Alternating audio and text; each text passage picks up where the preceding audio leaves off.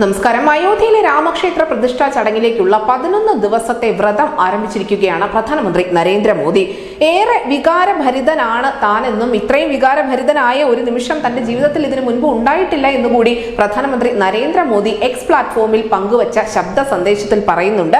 എന്തായാലും ഈ പ്രതിഷ്ഠാ ചടങ്ങിൽ പങ്കെടുക്കില്ല എന്ന് രാജ്യത്തെ പല പ്രധാന പ്രതിപക്ഷ പാർട്ടികളും നിലപാടെടുത്ത ഒരു സാഹചര്യത്തിലാണ് പ്രധാനമന്ത്രി നരേന്ദ്രമോദിയുടെ ഭാഗത്തു നിന്നും ഇത്തരത്തിലുള്ള ഒരു നീക്കം ഉണ്ടായിരിക്കുന്നത്. പ്രതിഷ്ഠാ ചടങ്ങ് ബിജെപിയുടെ രാഷ്ട്രീയ പരിപാടി മാത്രമാണ് എന്ന വിമർശനമാണ് കോൺഗ്രസ് നേതൃത്വം ഉന്നയിക്കുന്നത്. സോണിയാഗാന്ധി, മല്ലികാർജ്ജുൻ ഖാർഗെ, അധിർ രഞ്ജൻ ചൗധരി തുടങ്ങിയ നേതാക്കൾക്കൊക്കെയും ഈ രാമക്ഷേത്രത്തിന്റെ പ്രതിഷ്ഠാ ചടങ്ങിലേക്ക് ക്ഷണം ഉണ്ടായിരുന്നതാനും എന്തായാലും തൃണമൂൽ കോൺഗ്രസും ഇടതുപക്ഷ പാർട്ടികളും ഒന്നും രാമക്ഷേത്രത്തിലെ ചടങ്ങിൽ പങ്കെടുക്കില്ല എന്ന് പറയുന്നുണ്ടെങ്കിൽ പോലും ദേശീയ പാർട്ടിയായ കോൺഗ്രസിന് ഇതിൽ എന്താണ് ബുദ്ധിമുട്ട് എന്നുള്ള ഒരു ചോദ്യമാണ് ബിജെപിയുടെ ഭാഗത്ത് നിന്നും ഉയർന്നു വരുന്നത്.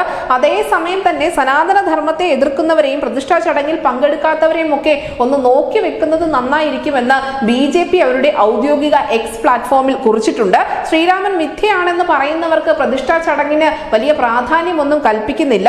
ഇത് പഴയ കോൺഗ്രസ് തന്നെയാണ്. പണ്ട് അയോധ്യയിൽ ബാബറി മസ്ജിദ് പുനഃസ്ഥാപിക്കുമെന്ന് പറഞ്ഞ അതേ കോൺഗ്രസ് തന്നെയാണ്. ശ്രീരാമനെ തിരസ്കരിച്ച കോൺഗ്രസിനെ ജനങ്ങളും തിരസ്കരിക്കുമെന്നാണ് നിലവിൽ കേന്ദ്രമന്ത്രി അനുരാഗ് ഠാക്കൂർ ഉൾപ്പെടെയുള്ള ആളുകൾ കുറിച്ചിരിക്കുന്നത്.